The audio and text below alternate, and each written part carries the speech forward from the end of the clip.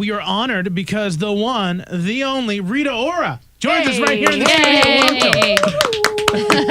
So, I mean, you are busy going across the pond, as we like to say, back and forth in the studio, doing acting, doing live shows. How do you keep up with everything? What's going on? I have no social life. I've got no friends. I'm joking. So sad. No, I'm never in one place. You got to sacrifice some things. I love working. Like, I'm really addicted to work, and I don't know. I've just stayed focused for a long time, and I know it's not an easy grind, and I just have been hustling ever since. I've just always had that work ethic in my blood. Like, my parents are exactly the same, so I just love to be busy. Are they musicians? No, they wish they were. My mom thinks she is, but she can be in her head. But they love music. My dad collects vinyls, and so I've been around music my whole life. Yeah. So you obviously love performing. I love it.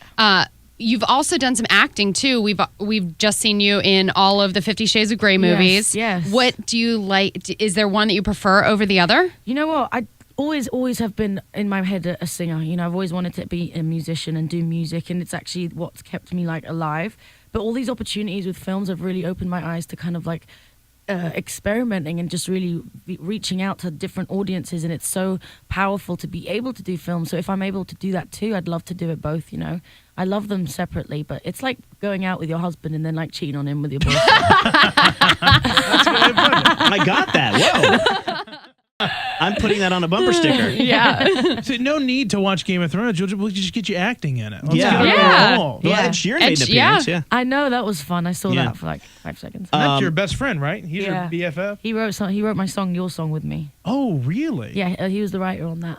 So how does that work? Does he write it and give it to you, or do you say, hey, I got this idea in my head, I just need help? No, we were friends for ages, and he actually had these. He writes all the time, even on the road, and writes in his sleep. And so no, really, it's the easiest song I've ever. He just writes like that. And so he just sent me this demo of just him on a guitar, and I just was like, look, it's time we work together. And Your Song, which is my song, became our song. That's awesome. Yeah. I've never had any sentence that just came to my mind. You know what I mean? How do they get the lyrics? I never think of anything poetic. Writing a song. It doesn't have to be poetic. It just has to be real and truthful and be a feeling, That's true. But sometimes you have an idea in your head, and I can imagine you put it down on paper and you come up with the chords or whatever, and then you're like, oh, it's just not, I'll come back to that. Yeah, sometimes you're just it's not working. One day you love it, the next day you're like, what was I doing? It's like our show. We talk about something, and I'm like, wow, that sounded great. I go back and listen to it on the podcast. I was like, well, that was a 5-minute waste of time. No, in the moment you love things, so it's kind of the song came out great. We came across something called Airplane Diaries. Yeah. Oh my gosh. Oh my God. That's crazy. And we were talking about this yesterday because a passenger went crazy on a plane. Really? Yes. Is it that kind of a diary, or is it how you feel when you're flying around doing all these different... Well, this is the thing. I've been traveling, I've been doing this since I was 20. Well, actually getting booked for stuff since I was 20. So I've been grinding for a minute, and I've been on planes a lot. So I would just write things, and I'd write about people.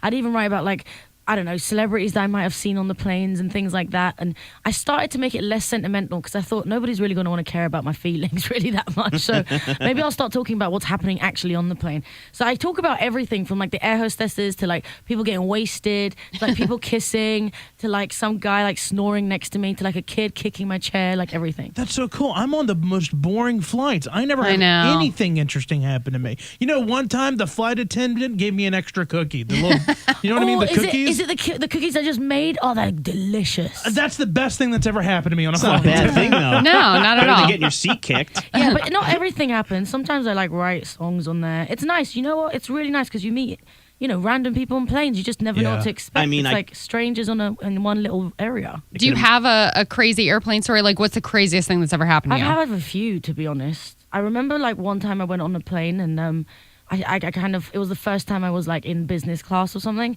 and I sat down and I had no idea that they give you towels to clean your hands. And I was like, what is this for? And I started wiping my seat and wiping the table like a crazy OCD person. And I'm not even that bad. I just thought that's what they were for. Yeah. And the hostess was like, that's not what you do. You basically just wipe your hands. I was like, all right. Well, now can I have another one? Yeah, this one's dirty. It's like that time you go to a posh restaurant, they give you a little bowl to clean your hands, and I drank that bowl. Yeah.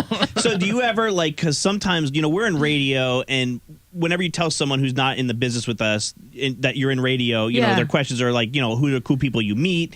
How do you come up with? You talk about it. So usually the same question. So sometimes if someone asks me, I lie. Okay. Do you ever, like, if you're sitting next to someone on the plane and they can vibe that you are an artist because you have the look, maybe you're working on some lyrics. I do wear crazy clothes. It's very hard. Do you ever come up with an ulterior, personality or character? No, I always just say, I do music. And they're like, really? I'm like, yeah. And then they go like, what kind of music? And then I'm like, I just in a band. I just like make things up. Give me your phone. She downloads the entire album, Rita Ora's album on your phone.